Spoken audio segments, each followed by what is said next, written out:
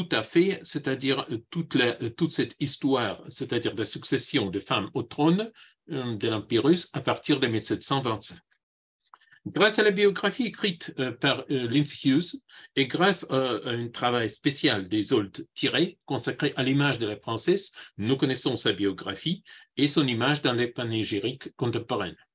Quant à moi, je présenterai très court, c'est-à-dire la biographie et la personnalité, pour mettre, c'est-à-dire point sur son rôle dans l'histoire politique de la fin du XVIIe siècle. La princesse Sophie, née en 1657, était la fille du tsar Alexei Mikhailovitch du premier lit, c'est-à-dire elle était sœur de Pierre le Grand qui était du deuxième lit, c'est-à-dire ce qui a été bien sûr une des causes de conflits à l'intérieur de la maison tsarienne. Rien ne prouve que la princesse avait une autre formation que les autres tsariennes, que les autres princesses à cette époque, c'est-à-dire ses enseignements chez Simeon de Polsk, un théologien important venant de Biélorussie, à Moscou, semble être une légende. La tsarievna apparaît pour la première fois comme une personne publique pendant la révolte des mousquetaires ou de Streltsy. Pour la simplicité, je dirais toujours le mousquetaire, dans le suivant 1682, pendant lequel elle joue le rôle de médiatrice et d'une coordinatrice des forces de l'ordre. Il faut tout de suite noter une légende noire qui apparaît et qui permet de rapprocher son image peut-être avec l'image de Catherine de Médicis dans les sources contemporaines. C'est-à-dire on l'a accusé de provoquer la révolte et surtout le massacre des partisans de Naryshkin. Après 7 ans de régence, jusqu'à 1682, quand elle est écartée par les proches de Pierre le Grand du pouvoir, elle est placée d'abord, c'est-à-dire dans le couvent Novodievitchi, et après la dernière révolte des mousquetaires, 1698, elle est obligée, c'est-à-dire de prendre des habits. Elle est morte en 1704, abandonnée et isolée, c'est-à-dire dans son couvent à Moscou. Premier problème que nous allons confronter est le fait que les sources que nous allons utiliser pour reconstruire 3 discours de la princesse Sophie ne sont pas tout à fait toutes les sources russes. C'est-à-dire, nous allons commencer le premier discours, et c'est vraiment le premier discours qui est noté dans les sources, avec une source polonaise, dont l'authenticité était l'objet de l'étude récente de mon collègue Gleb Kazakov, qui a essayé, c'est-à-dire de l'attribuer. Pour le moment, nous connaissons qu'il s'agit d'un récit polonais, c'est-à-dire d'une source narrative, racontée par quelqu'un qui était évidemment à Moscou à l'époque, et qui a écrit, bien sûr, c'est-à-dire en polonais. C'est-à-dire, nous allons traduire, c'est-à-dire ce petit discours, des polonais en français. Voilà le texte. La princesse le prononce pendant les funérailles de son frère, le tsar Fyodor Alexeyevitch, qui était mort en avril 1682.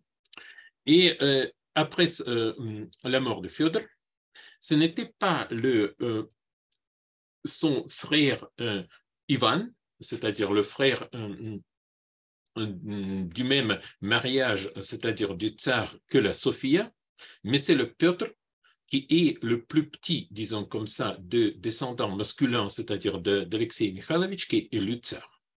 Du point de vue de Sophia Alexeyevna, c'est une injustice, c'est-à-dire on devait élire son frère Ivan, qui était malade et qui est réputé dans certaines sources comme assez simple. Et Sophia, pendant le funérailles, prononce un discours suivant. Regardez comment notre frère Fyodor est disparu, empoisonné par les ennemis malfaiteurs. Soyez miséricordieux à nous, orphelins, n'ayant ni père ni mère, ni plus d'un frère tsar. Notre frère aîné Ivan n'est pas élu tsar, et si nous sommes coupables de quelque chose envers vous, ou envers des boyards, laissez-nous partir à l'étranger, chez les rois chrétiens, tant que nous sommes vivants. La fin de la citation. C'est presque tout. Qu'est-ce que nous allons ici, c'est-à-dire remarquer dans son discours? à propos, un commencement, c'est-à-dire sur le côté, disons comme ça, sur le fait dont la princesse parle. L'empoisonnement de Fedor Alexeïevitch, qui était gravement malade et qui évidemment, c'est-à-dire était tout simplement importé par la maladie, n'est pas une version, disons comme ça, partagée par les chercheurs. Selon l'avis de plusieurs historiens, si ce discours était une fois prononcé, il était bien sûr un discours provocateur, un discours provoquant aux mousquetaires et aux autres partisans, c'est-à-dire de Sophie, d'Ivan et de cette partie de la cour, c'est-à-dire d'agir. C'était un discours qui a provoqué le massacre suivant qui a eu lieu en mai 82. Mais pourquoi nous pouvons dire que ce discours est authentique? Nous savons bien sûr que dans plusieurs, c'est-à-dire sources narratives, les discours qui prononcent, c'est-à-dire le personnage, sont le plus souvent inventés. Il y a certains éléments qui nous permettent, c'est-à-dire de lier ce texte avec les autres textes, tandis que les sources sont clairement indépendantes, parce que dans le suivant, nous allons traiter aussi les sources russes. Tout d'abord, c'est une très intéressante, c'est-à-dire menace de partir à l'étranger chez les rois chrétiens. Par cette formule, qui n'est pas tout à fait claire pour nous, les rois chrétiens en pluriel, et il sera évident, c'est-à-dire dans le futur, que c'était la Pologne-Lituanie qui était énoncée. Il y a encore deux éléments qui sont remarquables dans ce discours. Premièrement, il est toujours intéressant de voir la formule introductive, c'est-à-dire à qui s'adresse la princesse. Ludien. C'est quelque chose, ce ne sont pas messieurs, ce n'est pas toujours le public noble à laquelle s'adresse la princesse, et dans le futur, nous allons voir que deux discours suivants ne sont pas adressés seulement à le public noble non plus aristocratique, mais au public beaucoup plus large, hostile, et si je peux utiliser ce mot-là, démocratique dans un certain sens. Et encore un élément, ce sont le nous. Il nous semble que nous est plus ou moins logique, c'est le nous des édits de tsar et de charte de tsarienne, mais la princesse n'est pas le tsar. C'est-à-dire, nous allons voir que ce nous, que ce pluriel, première personne en pluriel, utilisé par la princesse aussi dans le discours suivant, signifie quelque chose. Ça peut être une prétention à une position élevée, c'est-à-dire par le moyen de grammaire, mais ça peut être aussi, c'est-à-dire la tendance de se présenter comme porte-parole des autres femmes de la maison royale, notamment ses tantes, de sœurs d'Alexei Mikhailovitch, dont Sophie était assez proche, et aussi de ses sœurs, qui étaient aussi du premier lit et aussi appartenaient au même parti politique. Les conséquences, c'est-à-dire de ce discours, sont connues, c'est-à-dire c'était la fameuse révolte, c'est-à-dire des mousquetaires qu'on appelle Khavanshina, pendant laquelle nous voyons ici l'illustration du XVIIIe siècle à une histoire de Pierre le Grand, où on voit les mousquetaires venant dans le palais des tsars et massacrant les proches de Pierre le Grand. Pourtant, cette révolte présenta aussi pour la princesse et pour son entourage plusieurs défis, dont une était assez grave. Le mouvement de révolte, le mouvement des mousquetaires, était accompagné par une intervention des partisans de l'ancienne foi, c'est-à-dire par les adversaires de la réforme liturgique du patriarche Nicole. C'est dans ce contexte que la princesse Sophie était obligée, c'est-à-dire de prononcer son deuxième discours, qui est connu par les sources. Encore une fois, ce n'est pas le discours comme tel, c'est-à-dire ce n'est pas le discours dont le texte était une fois, c'est-à-dire prononcé par la princesse du commencement jusqu'à la fin, c'était plutôt ce qu'on peut nommer les remarques critiques à l'égard, c'est-à-dire des interventions de vieux croyants. Mais nous allons voir que ces remarques avaient un caractère presque, porte peut-être presque une page, que ces remarques étaient sans doute s'appuyer à un certain travail préparatoire et que, évidemment, c'est-à-dire la princesse a travaillé avec les sources écrites et publiées pour préparer ce discours. L'illustration que je montre pour le moment, c'est le palais à facettes, c'est-à-dire, et c'est à l'intérieur de ce bâtiment à droite, qui est conservé jusqu'aujourd'hui. Le palais du XVIIe siècle n'existe plus, est là, que la fameuse discussion sur la foi a eu lieu. Il s'agissait de l'intervention de la princesse dans une situation très particulière. Elle devait confronter un auditoire pas seulement masculin, ce qui était plus ou moins logique pour toutes les interventions que nous avons mentionnées aujourd'hui et hier, mais c'était un auditoire hétérogène, hostile, où certains personnages étaient clairement agressifs. Est-ce que nous avons vraiment une idée de ce que la princesse a prononcé à cette occasion? Pour cela, nous devons utiliser une autre source et on pourrait dire un certain avantage parce que c'est une source russe. C'est une source écrite par un personnage dont on ne connaît pas grand-chose. Il s'appelait Savaramanov et son texte s'appelait Histoire de la foi et supplique au sujet des Streltsy.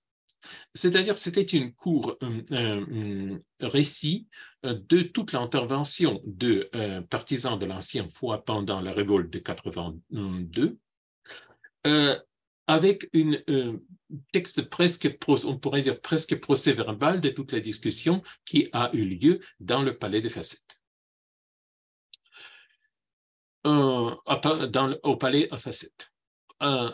Je commencerai peut-être par présenter certains morceaux pour après venir, c'est-à-dire au bout, c'est-à-dire venant au bout, c'est-à-dire de raconter, c'est-à-dire ce qui, à mon avis, présente une preuve d'authenticité de ces récits. Encore une fois, nous sommes ici, c'est-à-dire avant une source narrative, c'est-à-dire qui n'était pas écrite par la tsarine, par la princesse elle-même, non plus par ses partisans, mais c'est un texte écrit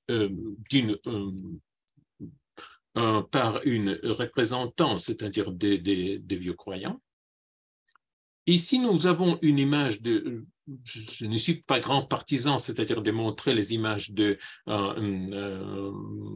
les tableaux historiques du 19e siècle, mais ici, nous voyons une fois la discussion sur la foi, avec la princesse au milieu, c'est-à-dire prononçant le discours entouré par, c'est-à-dire les représentants de l'Église du patriarche et confrontant le vieux croyant qui ont apporté les croix, leurs livres et qui sont assez, c'est-à-dire offensifs dans leur position. Qu'est-ce qui quel argumentaire proposa la princesse? Qu'est-ce qu'elle a réussi, c'est-à-dire de dire? Elle intervient plusieurs fois pendant le discours de Nikita Dobrynin, qui lisait la grande pétition signée par les mousquetaires. Et une fois, elle essaya, c'est-à-dire de manipuler avec l'argument de lèse-majesté. Tandis que le vieux croyant évoquait le rôle de son père, d'Alexei Mikhailovitch, dans la réforme liturgique de patriarche Nikon, il intervient pour dire que c'est une calomnie. Si le patriarche Nikon était hérétique, dans ce cas-là, notre père et notre frère seraient aussi hérétiques. Nous ne voulons pas entendre écouter cette calomnie selon laquelle notre père et notre frère étaient hérétiques. Nous allons tout quitter le royaume. Ces mots qui sont absolument, c'est-à-dire le même, cette menace qui est absolument la même, qui était articulée dans le premier discours, est assez intéressante parce qu'elle montre certaines continuités, c'est-à-dire toujours la princesse, toujours, c'est-à-dire menace, et c'est une menace, c'est-à-dire des migrations prononcées en pluriel, Au moins une fois, elle montre, c'est-à-dire le travail préparatoire qu'elle a fait. Il faut dire que cette confrontation est absolument, on pourrait dire, qu'elle est dans la situation inégale, parce que les vieux croyants sont réputés comme certains qui connaissaient par cœur, c'est-à-dire tout le texte qu'ils citaient, et une fois, elle intervient parce qu'elle voudrait bien, c'est-à-dire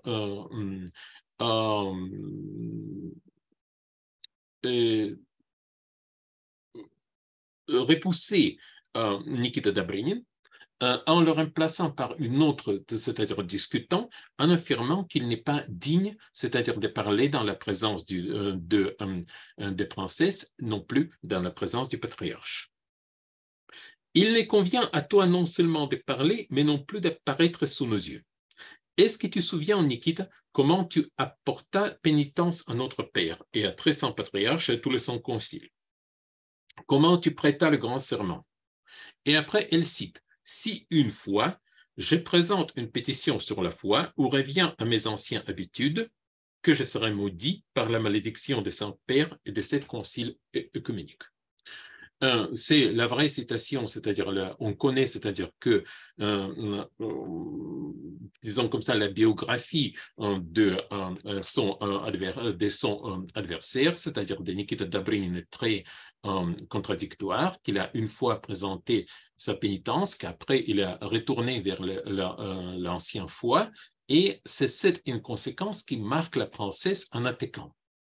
Et on voit très bien qu'elle a fait un travail préparatif, qu'elle a travaillé sur ce livre, c'est-à-dire c'est le sceptre du gouvernement, c'est-à-dire c'est un grand livre qui présente aussi les documents portant sur toute la querelle religieuse, et elle cite bien, c'est-à-dire ce document-là. Encore une fois, elle revient pour donner un propos qui est plutôt démagogique et qui n'est pas, disons comme ça, n'est pas confirmé par la politique des autorités précédentes, non plus par sa future politique comme régente. Elle dit, nous ne persécutons pas par le signe de croix, chez nous, chacun se bénit comme il veut, soit par 2 doigts, soit par 3, c'est égal. Et ce n'est pas vrai parce qu'en réalité, c'est-à-dire c'était vraiment pour signe de croix, pour les détails du rituel, que la princesse on punissait à cette époque. Mais c'est dans ces propos, nous trouvons une qui est particulièrement remarquable. Et quand elle parle, c'est-à-dire de propos de vieux croyants, elle les compare avec une coupe pleine d'absinthe dont les bords sont endurés par miel. Et c'est une comparaison assez connue, complètement inconnue bien sûr en moscovite, c'est Lucrèce de la nature des choses. C'est-à-dire quand d'abord, c'est-à-dire se prépare d'écouter de la princesse Sophie de la Moscovie, on parle que c'est quelque chose d'exotique et on retrouve aussi la même littérature latine que chez les princesses occidentales et les reines occidentales en XVIIe siècle. Je ne pense pas que Sophie lisait latin.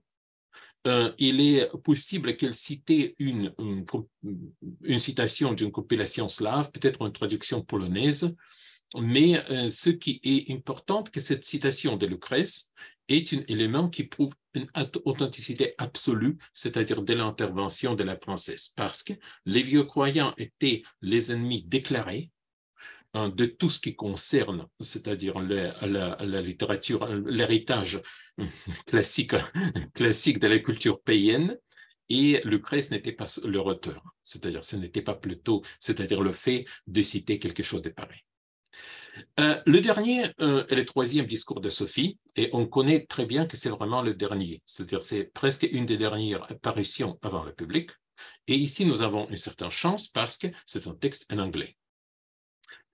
Général Patrick Gordon, écossais, qui a tenu peut-être le premier auteur du premier journal intime qui était écrit en Moscovie, en anglais bien sûr, a noté tout le contenu de son discours. Et car Gordon connaissait russe parfaitement, c'est-à-dire nous avons ici, c'est-à-dire le texte, c'est-à-dire que était prononcé encore une fois, c'est-à-dire et qui est très important et très central parce que c'est quelque chose comme le bilan de son régence.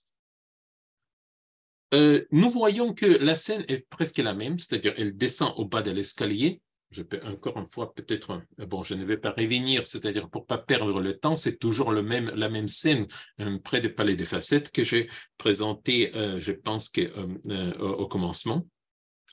Et il raconte, c'est-à-dire en utilisant plusieurs clichés typiques pour le langage politique moscovite. Ce sont les mauvais médiateurs qui ont utilisé tous les moyens pour les diviser de son frère. Son frère, c'est Pierre le Grand. Aussi, c'est des grands mérites de son dernier favori, de Fédor Shklavity, et ses travaux pour le bien-être de l'Empire. Il est très intéressant, c'est-à-dire cette notion, c'est-à-dire je suppose que c'est bien public quand même, общее благо, mais car, c'est-à-dire ici, on a un certain problème, parce que nous avons le contenu, c'est-à-dire du même discours de la princesse Sophie, raconté dans les actes du procès politique de la même année. Et là, nous trouvons deux phrases. C'est-à-dire, nous devons supposer que les sources étrangères étaient beaucoup plus détaillées, beaucoup plus attentives à ce que la princesse disait que les sources russes qui notaient seulement les ordres, les interdictions, ou c'est-à-dire ce qui émanait, c'est-à-dire laissant aux côtés laissant tomber tous les côtés rhétoriques, c'est-à-dire de ce discours. Elle dit que les mousquetaires savent bien comment elle a gouverné l'Empire pendant ces dernières années, qu'elle a pris le gouvernement pendant le temps des troubles.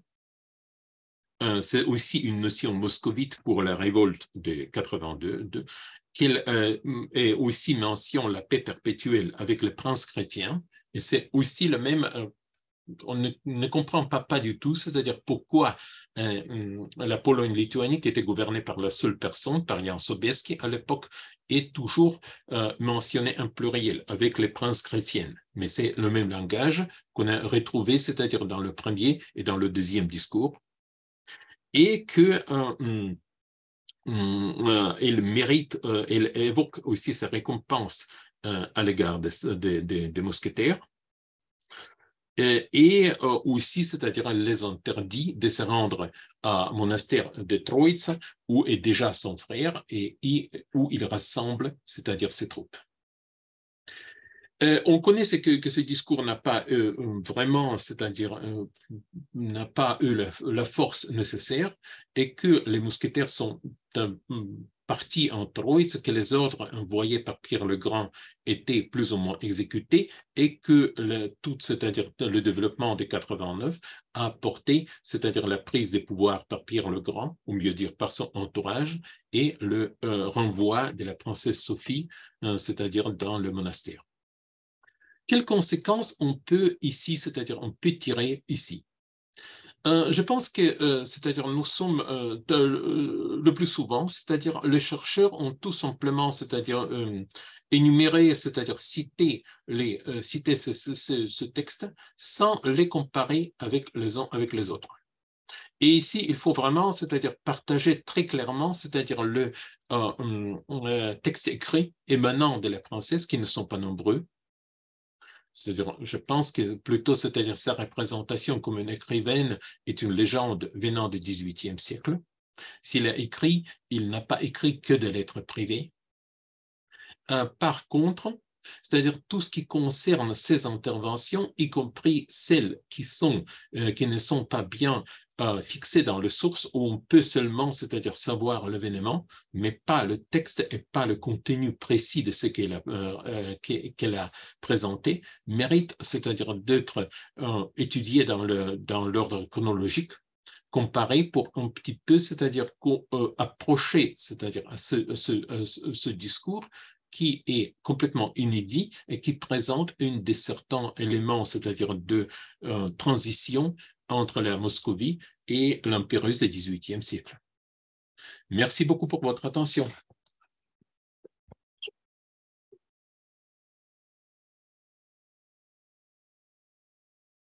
Merci beaucoup, Alexandre, pour cette explication sur Sophie, qui mériterait d'ailleurs sa biographie. Elle fait partie de ces inconnus en France. Alors, j'ai une question, j'abuse de ma position pour poser une première question. Est-ce que vous pourriez avoir la gentillesse de retourner à la première image, le portrait de Sophie? Oh, je n'ose pas peut-être, c'est-à-dire parce que déjà, je l'ai éliminé, mais je peux encore une fois, c'est-à-dire essayer. J'essaie encore une fois. Alexandre, Oui, oui, je suis. Est-ce que c'est revenu? voilà, c'est ça, oui. Alors, Voilà. ça n'a rien à voir avec le texte, hein, ça n'a rien à voir avec l'écriture, vu qu'on ne sait pas vraiment si c'est elle qui a écrit ou non, mais je me permets d'attirer votre attention quand même sur ce portrait. Vous enlevez le visage où on reconnaît quand même que c'est une femme, mais la tenue vestimentaire pourrait aussi être celle d'un homme. Par contre, ce qui est étonnant, donc Sophie ne s'est jamais mariée, et c'est là ma question, Alexandre, elle s'est jamais mariée. La jeune fille en Russie de cette époque avait les cheveux renoués dans une natte, une épaisse natte unique. Et la femme mariée devait couvrir ses cheveux. Et là, on voit Sophie avec les cheveux déployés, ce qui est quand même montre déjà une influence occidentale. Pour ceux qui ne connaissent pas très bien l'histoire de Russie de cette époque, Moscou connaissait un faubourg des étrangers. Il y avait une sorte de ghetto réservé aux étrangers où vivaient hommes et femmes, les commerçants en général, sauf exception, et les militaires. Et donc, les femmes, évidemment, se promenaient à l'époque, enfin les occidentales quand même, avec parfois des coiffures, mais des fois aussi les cheveux déployés. Alors, ma curiosité porte donc sur ce portrait. Pourriez-vous m'expliquer justement comment est-ce que ça se fait que Sophie ne réponde pas au canon classique russe? Je pense qu'il y a ici, c'est-à-dire un certain problème lié avec couronne. Parce que je pense que il me semble que la seule, disons comme ça, une constellation couronne plus foulard, et le portrait de Marie Ilyinchna, c'est-à-dire de la mère de Sophia, chez Meyerbeer. Pour les femmes entourant Pierre le Grand, c'est-à-dire pour Nathalie Kirillovna, mais aussi pour Yevdakiya, c'est-à-dire pour la femme de Pierre le Grand, avant 1700, je ne vois pas des portraits avec couronne.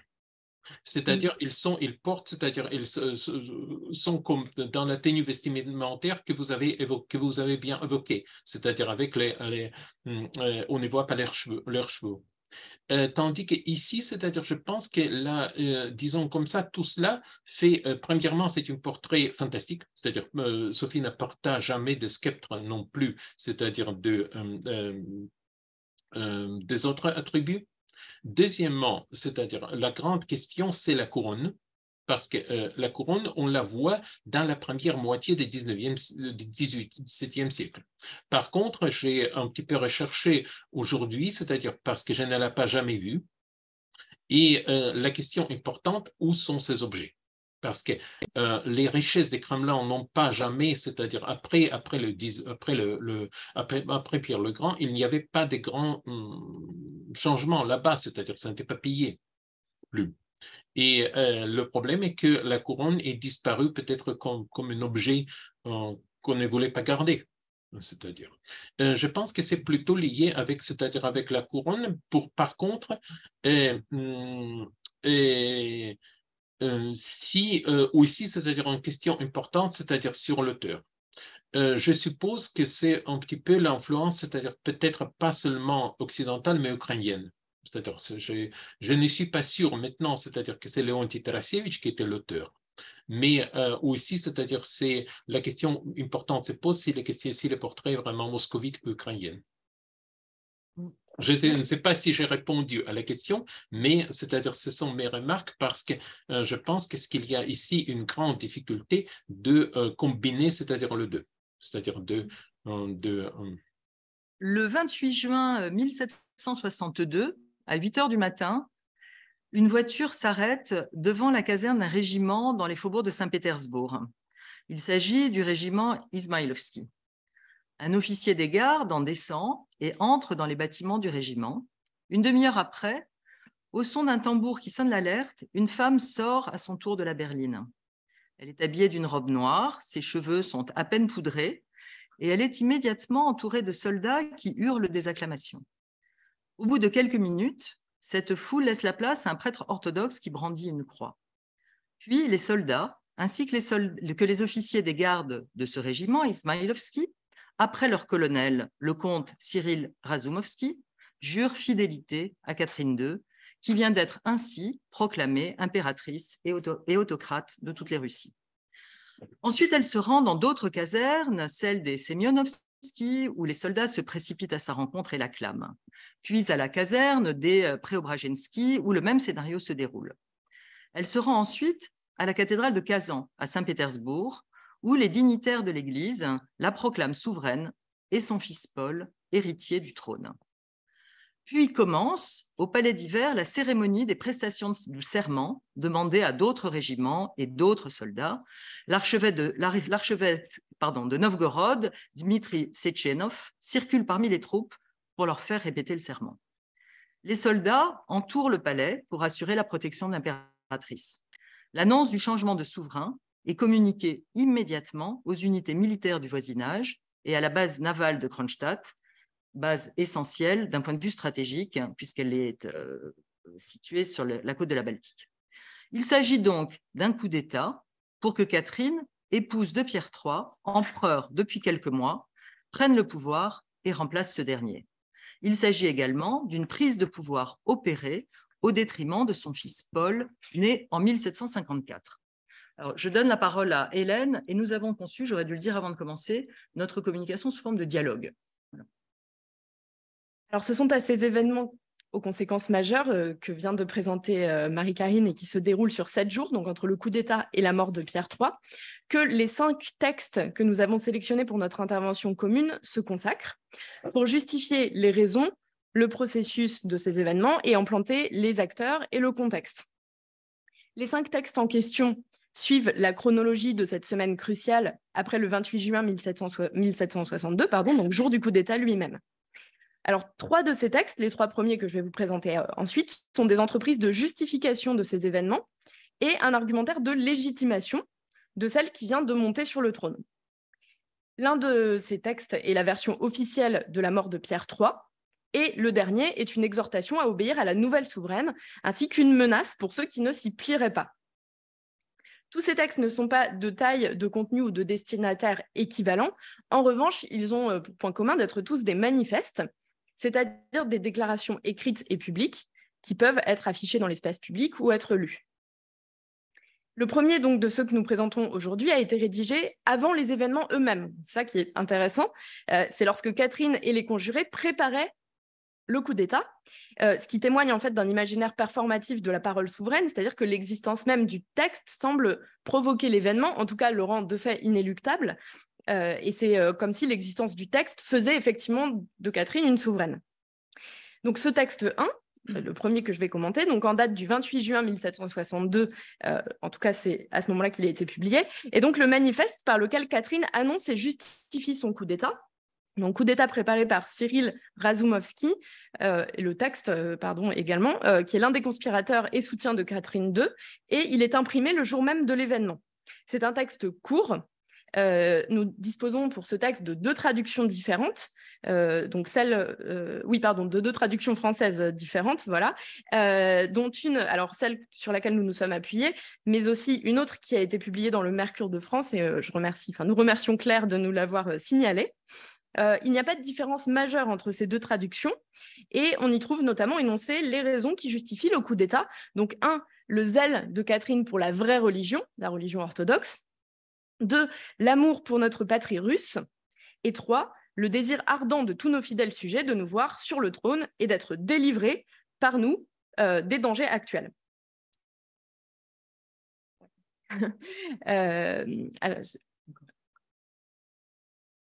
Alors après, on va revenir sur...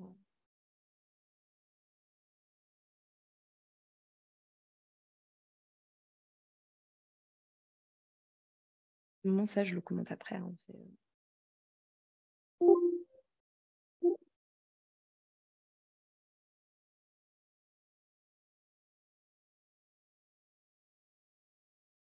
normal, d'accord.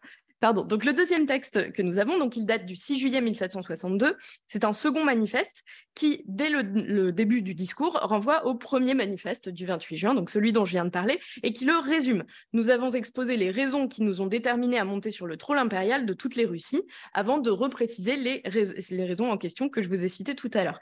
Et d'ores et déjà, on peut voir que Catherine, sans encore citer explicitement Pierre III, dont on va voir qu'il sera au centre du discours que je vais plus précisément commenter tout à l'heure, construit son ethos à l'opposé, donc comme un miroir inverse par rapport à celui-ci. Le texte 3 du 6 juillet 1762 donc, est le plus développé dont nous disposons. C'est un long discours. Et dans ce texte, Catherine s'adresse à, je cite, « ses fidèles sujets ecclésiastiques, militaires et civils ». Et après avoir présenté les circonstances de sa montée sur le trône et affirmé qu'elle n'avait pas eu cette intention au départ, elle raconte l'enchaînement des événements qui, depuis la mort de l'impératrice Élisabeth Ier en 1761, a conduit aux événements du 28 juin. Elle rappelle le rôle néfaste que Pierre III, du vivant de l'impératrice Élisabeth et durant l'année qui vient de s'écouler après la mort de cette dernière. Donc, elle y raconte que son époux contrevient à tous les usages religieux russes et a détruit l'héritage politique laissé par Pierre le Grand. Donc, elle présente le coup d'État comme une nécessité, comme la seule manière de rétablir la justice et les lois naturelles dans l'Empire. Et enfin, elle y présente ce que sera sa philosophie politique en se félicitant que le sang n'ait pas coulé durant ces heures de bouleversement politique. Elle insiste bien sur ce point, sans verser une goutte de sang. Donc, outre une entreprise de justification, il s'agit donc d'un texte également programmatique.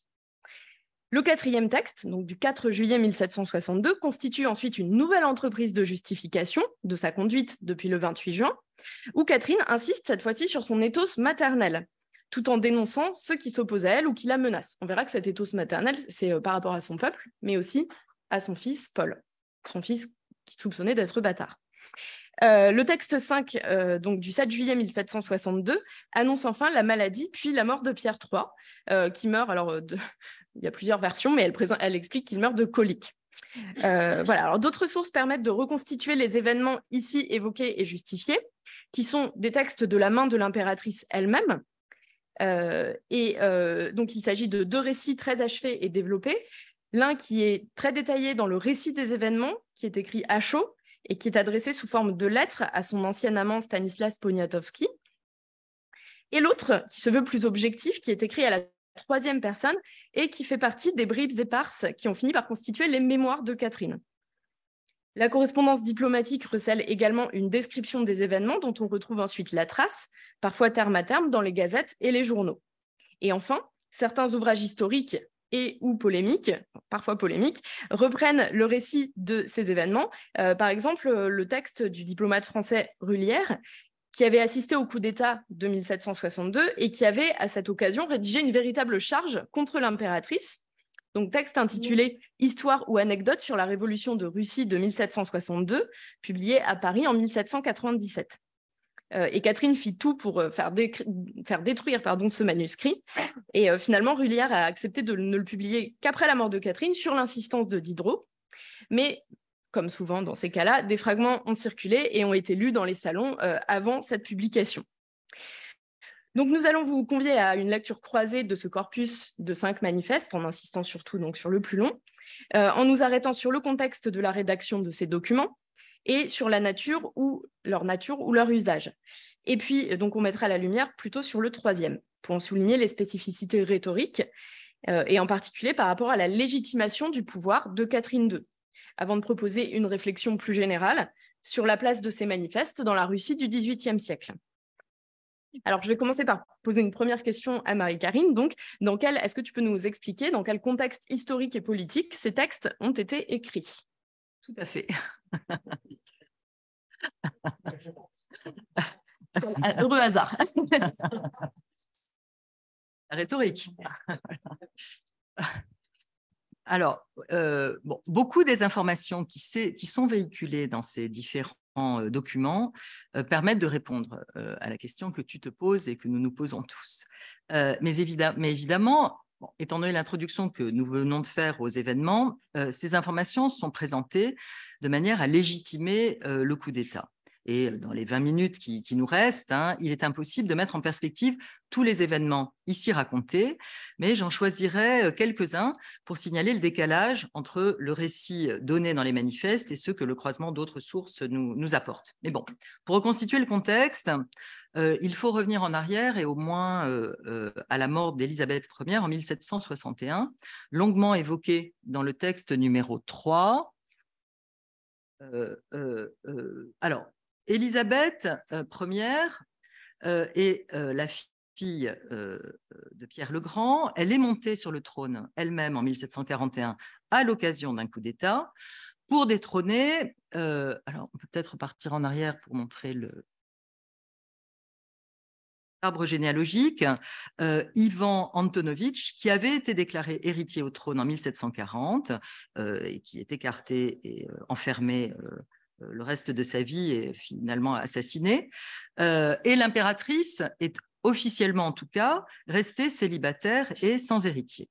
Elle en choisit donc un, ce qui est tout à fait possible dans l'organisation de la succession au trône en Russie, depuis une loi de succession établie en 1722 par Pierre le Grand lui-même, qui changeait totalement l'ordre de succession au trône et assurait le fait que le souverain sur le trône choisissait son propre héritier ou héritière.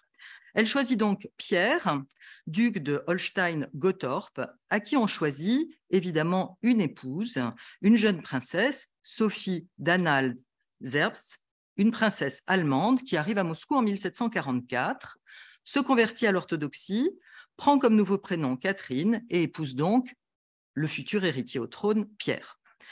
Le mariage et la vie conjugale de ce couple sont absolument cauchemardesques. Les relations entre la grande-duchesse, Sophie devenue Catherine, et l'impératrice Élisabeth, beaucoup moins respectueuses que le manifeste ne le laisse supposer. En effet, dans l'extrait que nous vous avons choisi, elle montre tout le respect pour Élisabeth, ainsi que le mépris que du vivant d'Élisabeth, son futur héritier, lui portait, et cela avant son décès et évidemment cela après son décès. Pourtant, d'autres sources attestent d'un côté que effectivement Catherine eut à veiller le corps de la défunte, à préparer les obsèques, et que durant ces obsèques, Pierre, futur Pierre III, enfin devenu Pierre III, s'était montré de manière irrespectueuse. Néanmoins, et par ailleurs, qu'il avait trouvé nécessaire d'organiser un cérémonial absolument conforme aux traditions impériales russes afin d'affirmer sa propre légitimité au trône. Et cette légitimité, évidemment, dans le manifeste rédigé à l'occasion du coup d'État, cette légitimité de Pierre III est évidemment mise en cause. Alors, il est vrai qu'à la fin du règne d'Élisabeth, dans les 2 dernières années de son règne, à un moment où elle est en train de se dégrader physiquement, de nombreux scénarios de succession ont été imaginés, tant les tensions entre l'impératrice et son héritier étaient grandes, et parce qu'il était absolument honni, détesté par les Russes en raison de ces multiples manquements, je reviendrai dessus, aux traditions, puisque c'est un des grands arguments du manifeste. Alors, on a imaginé une régence de Catherine en attendant que le fils, Paul, né en 1754, ait l'âge de monter sur le trône. Alors là, je vous montre un tableau. Alors, peut-être que Dominique me dira, chez les historiens d'art, moi, j'ai vu qu'il s'agissait d'un portrait familial avec Paul, et chez d'autres historiens d'art, qu'il s'agissait d'un page. Bon, est-ce que c'est un portrait familial ou juste un portrait royal, enfin un portrait de couple avec un page? Voilà. Mais enfin, je voulais vous les montrer. Donc, on imagine un scénario en attendant que Paul soit en âge de monter sur le trône. On imagine un couronnement de Pierre et une corégence de Catherine. On imagine que Pierre soit déchu au profit de son fils directement, et Catherine obtiendrait alors la régence sous la tutelle du Sénat, ce qui est un scénario qui s'est déjà retrouvé dans l'histoire politique du XVIIIe siècle. Bref, on imagine de multiples scénarios. Ce qui est certain, c'est qu'en 1761, lorsque Élisabeth meurt, Catherine se prépare à cette succession en craignant d'être, et à juste titre, en craignant d'être mise à l'écart, et a toute une politique pendant quelques mois où elle s'associe des soutiens, et en particulier des soutiens militaires. Alors, après le décès de l'impératrice Élisabeth, Pierre III exige immédiatement un serment d'allégeance de la part des dignitaires et entame un règne d'un peu moins d'1 an. Alors, décrit dans le manifeste de Catherine à l'occasion du coup d'État comme une offense aux traditions politiques et religieuses russes, il est vrai qu'il a fait appel à certains de ses parents pour gérer les affaires politiques. Il a privé le Sénat d'une grande partie de ses prérogatives au profit d'une chambre haute en partie occupée par des Allemands. Il promulgue un certain nombre de textes, dont un texte sur la liberté de la noblesse, qui pose des problèmes liés à l'héritage politique de Pierre le Grand et qui, par ailleurs, est un texte qui est mal compris par la noblesse et donc il ne s'agrège pas les sympathies de la noblesse. Il rend... vis-à-vis de l'armée, il a également une attitude extraordinairement maladroite en demandant à ses soldats de se vêtir et de servir selon les critères de l'armée prussienne. Il s'en prend au bien de l'Église. Bref, c'est quelqu'un effectivement qui, alors, dans les sources laissées par Catherine II, évidemment dans ses mémoires, a une réputation absolument épouvantable, mais dont, et là pour la justesse quand même historique, je voudrais rappeler, après d'autres auteurs, dont Francine Novick-Lichtenstein, qu'il a fait un certain nombre de réformes durant ces quelques mois qui étaient tout à fait politiquement légitimes. Bref. Au printemps 1762, Catherine II se sait menacée. Elle vient en plus d'accoucher d'un enfant illégitime et c'est de notoriété publique. Et dans l'optique d'un complot contre Pierre III, elle a effectivement les soutiens militaires de 3 régiments de garde. Elle a des soutiens à la cour parmi les fidèles de la tsarine décédés, soit des vétérans du coup d'État de 1741, soit de nouveaux venus comme les frères Orloff qui ont un rôle absolument majeur dans ce coup d'État. Et elle a l'estime d'un certain nombre de diplomates européens. Tout est prêt donc pour la conspiration, les acteurs, le contexte et ce texte de justification que nous étudions. Alors, j'ai une deuxième question pour toi, Marie-Carine. Est-ce que tu peux nous en dire plus sur la nature de ces sources? Qu'est-ce que c'est qu'un manifeste? Comment et par qui ils ont été rédigés? Quels sont leurs canaux de diffusion et leurs destinataires? Est-ce qu'ils ont été prononcés, lus, placardés, sachant qu'ils sont, comme on l'a rappelé, de taille et de nature différentes? Alors, pour répondre à cette question, ce sera peut-être plutôt un dialogue avec Francine Novick-Lichtenstein ici dans la salle qui connaît ces textes mieux que moi. Alors bon, la rédaction de manifestes est une pratique tout à fait fréquente du pouvoir impérial au XVIIIe siècle pour annoncer publiquement des nouvelles ou des programmes politiques. Ils circulent à travers l'Empire, certains sont lus, alors dans des circonstances différentes, d'autres sont affichés. Voilà, ça c'est une première chose.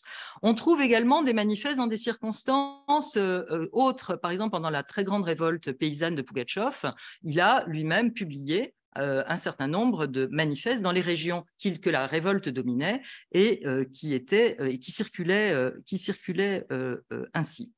Alors, le premier des 5 textes que nous avons sous les yeux, que nous avons étudiés, a été lu, le plus court, hein, celui qui est vraiment qui est le détonateur, si vous voulez, de l'événement, est lu le jour même au Palais d'Hiver, où se trouvent déjà les dignitaires de la cour et où est bien précisée la phrase suivante. Et comme nous avons remarqué le désir unanime, manifeste et sincère de tous nos fidèles sujets, nous sommes montés sur notre trône impérial. Donc là, l'idée, c'est qu'il est essentiel que les élites de la capitale soient passées sous le pouvoir de la nouvelle impératrice dès le jour même. Alors, est-elle l'auteur de ces manifestes? Très sincèrement, je ne suis pas en mesure de répondre directement à la question. J'aurais tendance à dire que non. Est-ce qu'elle les a relus? Peut-être, ça peut-être. En tout cas, ce qui est absolument certain, c'est que c'est une graphomane, Catherine II, et qui a laissé un nombre de textes absolument colossal, et en particulier cette myriade de textes qui ont fini par composer ces mémoires, et sur lesquels je ne m'attarderai pas plus longtemps parce qu'on n'a pas parce qu'on n'a pas beaucoup de temps. Mais il est très certain que on ne peut pas répondre très précisément à la question de l'octorialité. En revanche, les références et surtout l'intertextualité entre tous ces corpus de documents, ça c'est très certain. Voilà, donc je vais te donner la parole désormais pour que tu nous présentes quelle est la rhétorique, l'organisation rhétorique donc, du troisième texte que nous avons étudié ensemble. Alors, donc, ce troisième texte que, bien sûr, nous ne pouvons pas vous passer intégralement en diaporama parce que il est beaucoup trop long, il a pour particularité de ne pas être véritablement un manifeste, bien qu'il se présente dans l'exorde, dans l'introduction du discours, comme une annonce à, je cite, « tous nos fidèles sujets » de notre avènement au trône impérial. En réalité, nous sommes davantage dans le cadre de l'éloquence judiciaire, puisqu'il s'agit bien plus d'un réquisitoire contre Pierre III. Alors, toujours dans le but, certes, de justifier la prise de pouvoir de Catherine par un coup d'État. Ce qui justifie sa prise de pouvoir, c'est vraiment tout le mal qu'a pu faire Pierre III auparavant. Alors, le discours est construit suivant les règles canoniques de disposition de la rhétorique classique. Alors, je vais peut-être m'attirer les foudres de Christine en disant ça, et j'en suis désolée, mais effectivement, pour le coup, dans ce discours-là, on distingue bien un exorde et une péroraison. Ceci étant dit, il est vrai qu'au milieu, dans tout le développement du discours, s'entremêle, ce discours, il est composé d'une très longue narration qui s'entremêle avec l'argumentation, donc avec ce qu'on appelle la confirmation. C'est vraiment le récit qui a valeur d'argument. Et je vais vous expliquer donc dans quelle mesure. Alors, pour commencer donc l'exorde du discours, oui, pardon. Oui, tout à fait. Mais il faut que je... Voilà. Donc, nous, Catherine II, impératrice et souveraine, etc., je ne vais pas tout vous lire. Hein. Notre avènement au trône impérial de toutes les Russies est une preuve évidente de cette vérité, que lorsque les cœurs sincères agissent pour le bien, la main de Dieu les dirige. Jamais nous n'avons eu ni dessein ni envie de parvenir à l'Empire de la façon dont il a plu au Tout-Puissant, selon les vues impénétrables de sa providence, de nous placer sur le trône de Russie, notre chère patrie. Donc, ici, on peut voir que Catherine se réfugie derrière la volonté divine. Et on voit que l'apparition de sa prise de pouvoir est retardée dans la phrase, donc de la façon dont il a plu, selon les vues impénétrables, donc des compléments qui retardent en fait la prise de pouvoir elle-même. Et on note la présence intéressante de la notion d'évidence, avec la preuve évidente. L'évidence, c'est ce qui se montre et ce n'est pas ce qui se démontre. Et donc Catherine ainsi annonce habilement qu'en fait, elle n'a pas besoin de preuves, même si en fait, elle va quand même les donner. Et alors ensuite, on quitte donc ce registre de l'évidence justement pour entrer dans la narration. Et le discours se mue à ce moment-là en discours judiciaire, avec donc une narration qui est traduite au passé simple en français. Alors je ne sais pas quel temps, je ne parle pas le russe, donc je ne sais pas quel est le temps qui correspond. Donc il s'agit du rappel des faits et des chefs d'accusation dans le cadre d'un procès. Bon. Cette narration reprend les turpitudes de la Russie depuis la mort d'Élisabeth Ier, et elle lui permet de dresser un portrait à charge de Pierre III. Catherine affirme ainsi que l'obéissance des sujets à ce souverain avait pour seule cause leur attachement à sa tante. Donc là, on retrouve une figure maternelle. Pierre III, au départ, n'est pas directement nommé, mais désigné par de vagues périphrases, comme son neveu qu'elle avait nommé. Donc, de façon générale, on voit que dans ce texte, que ce soit par stratégie ou par mépris, Catherine se refuse à nommer Pierre. Et la suite de la narration raconte le règne de Pierre III, qui est présenté comme un tyran. Donc, on voit sa faiblesse. Alors, je ne vais pas tout citer, évidemment, hein, mais on voit sa faiblesse, son impuissance, marquée par beaucoup de phrases négatives, son hypocrisie. Je cite quelques exemples. Hein, il cherche à ménager les dehors, il se déguise, au moment de la mort de sa tante, il a des yeux où la joie était peinte. Et par ailleurs, son vice n'est pas seulement dans son incompétence, mais aussi dans le fait qu'il est un homme dénaturé. Il ne manifeste aucune émotion donc à la mort de sa tante et bienfaitrice, par exemple. Et par ailleurs, ce portrait à charge donc, passe aussi par un récit d'actions qui sont toutes fondées sur l'idée de destruction. On trouve un lexique de la destruction, effacer, abattre, détruire, étouffer, etc. Donc on voit que c'est à la fois la tyrannie et la violence qui vont de pair, comme souvent. On en vient ensuite à la justification du coup d'État lui-même. Et on voit donc à ce moment-là que l'argumentation, donc la confirmation, se mêle vraiment au récit. Elle s'inscrit vraiment dans la continuité avec un maintien du passé simple et du récit, et jusqu'au moment où on arrive donc au coup d'État lui-même. Catherine rappelle la manière dont son fils Paul donc enfant illégitime, comme tu l'as rappelé, et pas seulement soupçonné d'être illégitime, a été écarté du pouvoir par la volonté de Pierre III. Donc là, voilà, donc on a la 8e diapositive que je ne vais pas vous lire intégralement, mais vous pouvez vous concentrer donc, sur les passages en gras que je vais commenter ensuite. Donc on voit que dans ce passage, le « il » de Pierre s'oppose à un « nous » qui renvoie à Catherine et à ses alliés. Et on voit que le coup d'État prend une dimension véritablement épique, presque une dimension de croisade. Catherine et ses alliés sont armés du bras du Seigneur, comme on le voit dans le 2e paragraphe de la citation. Donc on a une mise en scène héroïque de soi, véritablement. Donc le coup d'État est habilement présenté comme un sacrifice, par ailleurs, à travers l'alternative que vous voyez en gras. Nous nous résolûmes pareillement ou de servir de victime pour la patrie ou de la sauver des troubles et du carnage. Et l'échec potentiel intervient dans le premier terme de cette alternative. Si on ne fait rien, si cela échoue, nous servirons de victimes, nous serons des victimes pour la patrie. Donc des martyrs en quelque sorte. Donc on voit ici l'hypothèse d'une tentative de résistance de Pierre III qui se trouve qui est absent pendant le coup d'État, et Catherine et ses alliés se prémunissent contre cette tentative qui pourrait bien être un carnage. Alors, dans la suite du texte, que là je ne vous montre pas par manque de place et de temps, on retrouve la citation et la mention explicite de 2 lettres envoyées par Pierre III. Dans la première, je cite un petit extrait, « Il priait de le laisser retourner au pays d'Holstein, sa patrie ». Et dans la deuxième, il déclarait de son propre mouvement qu'il se désistait de la couronne et ne souhaitait plus de régner sur la Russie. Donc la deuxième lettre laisse penser à une abdication volontaire. En tout cas, ce qui est certain, c'est que cela permet à Catherine d'insister sur la non-violence de cette révolution, qui se fait, je l'ai dit et je le redis, sans verser une goutte de sang. Et dès lors intervient je cite Catherine, une renonciation volontaire et formelle au trône de Russie, écrite de sa main pour la tranquillité publique. Le billet en question est ensuite reproduit dans le discours, ça c'est intéressant parce qu'il a vraiment valeur en rhétorique, c'est ce qu'on appelle de preuve extrinsèque, dans le cadre du réquisitoire, donc du procès fait à Pierre III en fait. Et enfin, donc, dans la conclusion, donc la péroraison du discours, donc voilà la diapositive suivante, on trouve une phrase récapitulative avec une mise en relief. C'est ainsi grâce à Dieu que nous sommes montés sur le trône de l'Empire de Russie sans qu'il y ait une goutte de sang répandue. Là encore, elle le répète, elle le martèle. Voilà. Et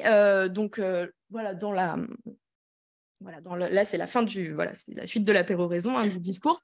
Donc, je ne vais pas, là encore, la lire intégralement, mais on voit que dans cette péroraison, il s'agit pour Catherine d'emporter l'adhésion de l'auditoire.